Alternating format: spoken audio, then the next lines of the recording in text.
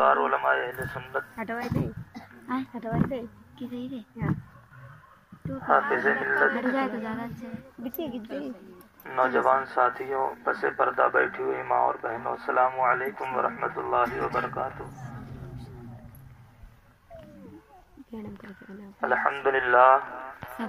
الحمد للہ رب العالمین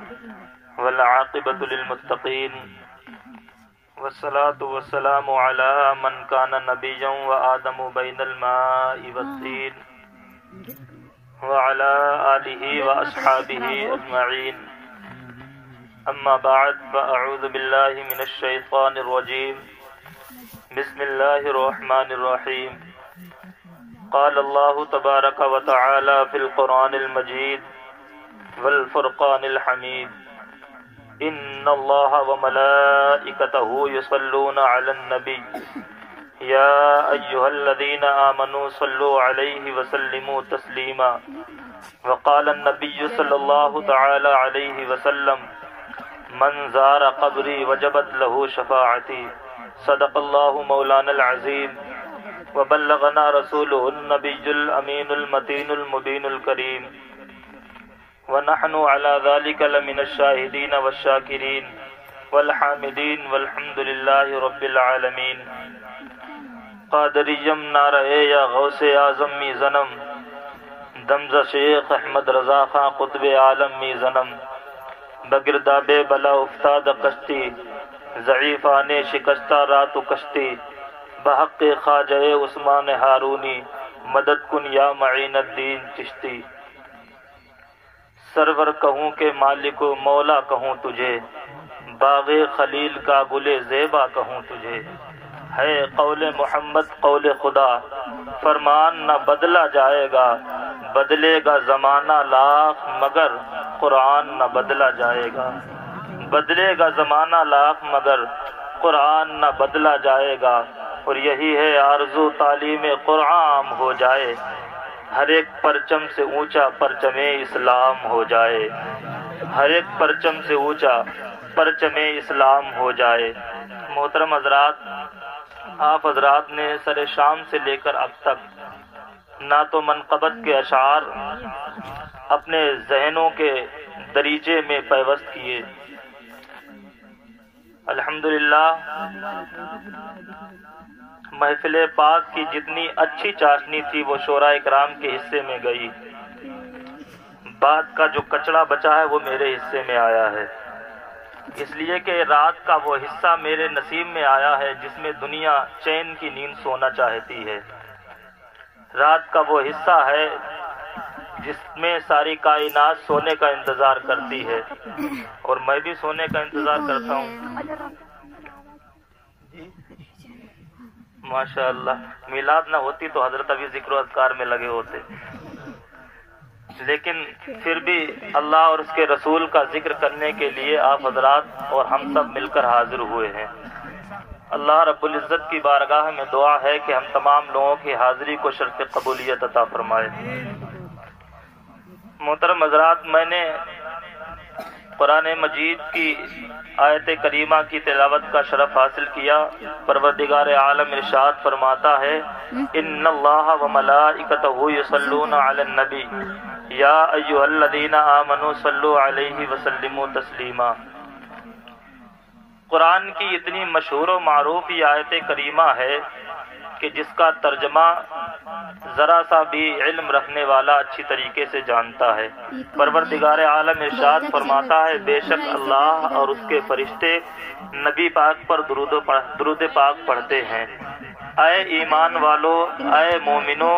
تم بھی نبی پاک پر خوب خوب درود و سلام بھیجا کرو۔ اس میں لفظ تسلیم اور لفظ سلام کا ذکر بار بار آیا ہے۔ آپ کو یہ سمجھانے کی ضرورت نہیں کیوں آیا ہے، صرف اتنا سمجھیں کہ جب ایک لفظ کا ذکر بار بار کیا جاتا ہے تو اس کا مطلب یہ ہوتا ہے کہ اس قول میں، اس فرمان میں طاقت پیدا کرنا مقصد ہوتا ہے۔ اگر آپ اپنے بچے سے یہ کہیں بیٹا فلاں کام کرنا ہے تو ہو سکتا ہے کہ آپ کا بیٹا ایک بار کہنے کے بعد میں آپ کی بات کو نظر انداز کر دے، لیکن جب باپ بیٹا سے بار بار یہ کہتا ہے اے بیٹے آپ کو یہ کام کرنا ہے، ایک کے بعد میں دوسری بار پھر یہی کہتا ہے اے میرے پیارے بیٹے آپ کو ضروری یہ کام کرنا ہے، تو بیٹا بھی یہ سمجھ جاتا ہے کہ یقینی طور پر میرا والد، میرا باپ مجھ سے یہ کام کروانے کے لیے ضرور تیار ہے۔ اسی انداز میں قرآن مجید کا یہ مفہوم ہے کہ اللہ رب العزت نے کلام مجید میں یہ ارشاد فرمایا اے مومنو، اے ایمان والو، اے اسلام لانے والو، تم نبی پاک پر درود پڑھنے کو جو میں کہہ رہا ہوں یہ ہلکے میں مت لینا، بلکہ میں نے یہ کہا ہے صلو علیہ وسلموا تسلیما۔ بار بار کہنے کا مقصد یہ ہے کہ پروردگار عالم نبی پاک صلی اللہ تعالی علیہ وسلم کی بارگاہ میں بہت زیادہ تاکید کے ساتھ میں درود پاک پڑھوانا چاہتا ہے۔ اللہ رب العزت کی بارگاہ میں دعا ہے کہ ہم تمام لوگوں کو آقا کریم کی بارگاہ میں خوب خوب درود پاک پڑھنے کی توفیق عطا فرمائے، اور اس کا فائدہ بہت ہے، میں اپنی گفتگو میں آپ کو بتاؤں گا، اور نہ پڑھنے والوں کا کیا انجام ہے اس کو بھی بتاؤں گا۔ میں نے حدیث پاک بھی اسی اپنے خطبے کے اندر پڑھی ہے کہ رسول کائنات صلی اللہ تعالی علیہ وسلم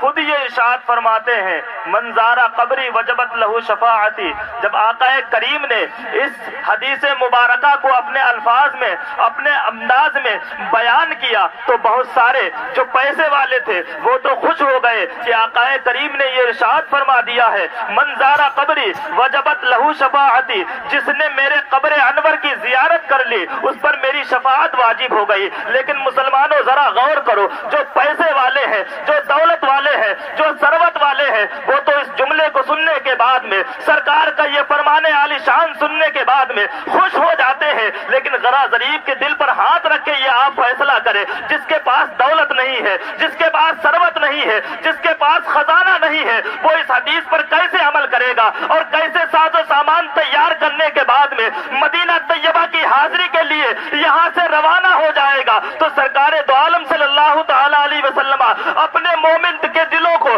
بہت قریب سے جاننے والے ہیں، مومن کے حالاتوں کو جاننے والے ہیں، اس لیے کہ رسول کائنات صلی اللہ تعالی علیہ وسلم اپنے امتیوں کو ہما وقت دیکھتے رہتے ہیں، غریبوں کے حالتوں کو مشاہدہ فرماتے ہیں۔ وہ یہ سوچنے لگے کہ پیارے حبیب صلی اللہ تعالی علیہ وسلم کے زبان اقدس سے جب یہ فرمان جاری ہو گیا تو امیر تو خوش ہو گئے، دولت مند تو خوش ہو گئے، لیکن بیچارہ غریب اپنے دل پر ہاتھ رکھنے کے بعد میں افسوس میں مبتلا ہو جاتا ہے، پریشانی کے عالم میں پڑ جاتا ہے۔ سرکار دو عالم صلی اللہ تعالی علیہ وسلم مدینہ طیبہ سے اس غریب کے دل کی حالت کو ملاحظہ کر لیتے ہیں اور یہ کہنے لگتے ہیں اے میرے پیارے امتی، اے غریب امتی، پریشان ہونے کی ضرورت نہیں ہے، غمزدہ ہونے کی ضرورت نہیں ہے، میں تجھ کو یہ تحفہ دے رہا ہوں کہ جو دولت مند ہے وہ میرے قبر انور پر آ کر اگر زیارت کر لیں گے تو ان پر میری شفاعت واجب ہو جائے گی، لیکن اے غریب امتی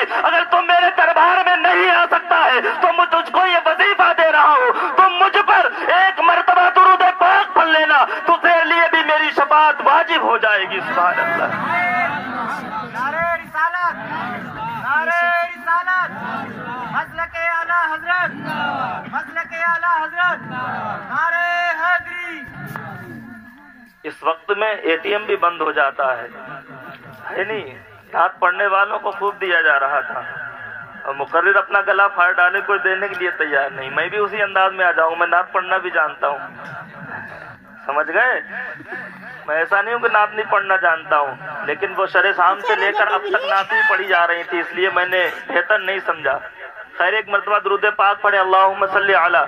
سیدنا و شفیعنا مولانا محمد بارک وسلم، صلاۃ و سلام علیک یا رسول اللہ صلی اللہ تعالی علیہ وسلم۔ تو اے غریبو، پریشان ہونے کی ضرورت نہیں ہے، اپنے دل کو چھوٹا کرنے کی ضرورت نہیں ہے، غمزدہ ہونے کی ضرورت نہیں۔ اگر ہمارے پاس اتنی دولت نہیں ہے، ہمارے پاس اتنی ثروت نہیں ہے، ہمارے پاس اتنا خزانہ نہیں ہے کہ رسول کائنات صلی اللہ تعالی علیہ وسلم کی بارگاہ میں پہنچ کر آقا کریم کے دربار کی زیارت کرے، تو اتنا تو ضرور ہم کر سکتے ہیں کہ اپنے گھر کی چھت پر یا اپنے گھر کے اندر بیٹھ کر یا اپنے شہر میں جانے کے بعد میں اپنے سفر و حضر میں اتنا تو کر سکتے ہیں کہ رسول کائنات صلی اللہ تعالی علیہ وسلم کی بارگاہ میں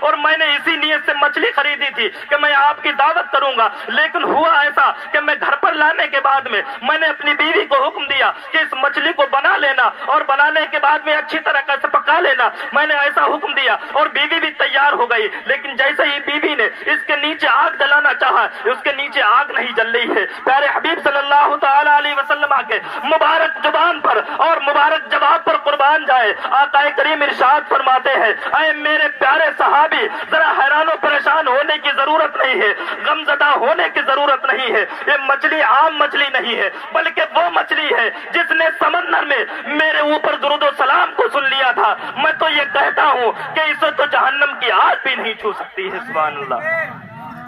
نعرہ تکبیر، نعرہ رسالت،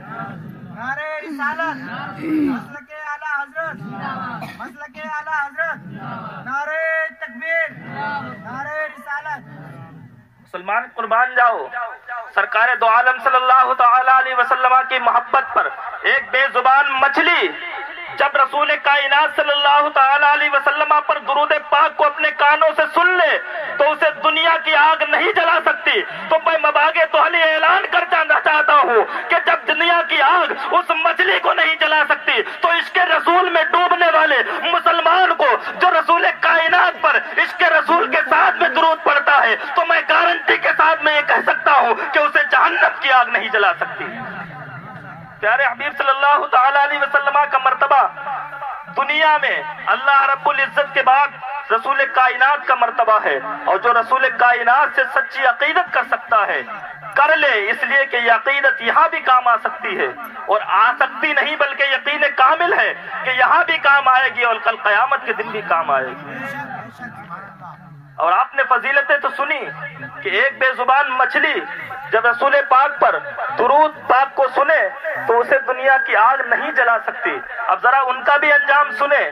کہ جو رسول کائنات صلی اللہ تعالی علیہ وسلم پر درود پاک کو بدعت کہتے ہیں، معاذ اللہ، یہ بے زبان مچھلی ہے جو رسول کائنات پر درود پڑھنے کی برکت کی وجہ سے اسے دنیا کی آگ نہیں چھو سکتی۔ اب ذرا ان کا انجام دیکھیں جو اپنے آپ کو ایمان والا کہتے ہیں، رسول کائنات صلی اللہ تعالی علیہ وسلم کی محبت کی وجہ سے ان کی پیدائش ہوئی ہے، اس لیے کہ ہمیں زبان ملی ہے تو یہ بھی نبی کا صدقہ ہے، اگر ہمیں آنکھ ملی ہے تو یہ بھی نبی کا صدقہ ہے، اگر پکڑنے کے لیے ہاتھ دیے گئے ہیں تو یہ بھی نبی کا صدقہ ہے، چلنے کے لیے پیر دیے گئے ہیں تو یہ بھی نبی کا صدقہ ہے۔ اب ذرا ان انسانوں سے پوچھا جائے جب تمہاری ساری وجود، تمہارا سارا وجود رسول کائنات صلی اللہ تعالی علیہ وسلم کی بنا پر ہے تو ذرا آپ سوچئے کہ ان کا کیا حال ہوگا جب ایک بے زبان مچھلی رسول پاک پر درود کی وجہ سے اپنے آپ کو دنیا کی آگ سے بچائے، تو تم کون انسان ہوتے ہو جو رسول کائنات صلی اللہ تعالی علیہ وسلم پر درود پڑھنے کی وجہ سے جہنم کی آگ سے کیوں نہیں بچ سکتے ہو؟ اب ذرا ان کا حال ملاحظہ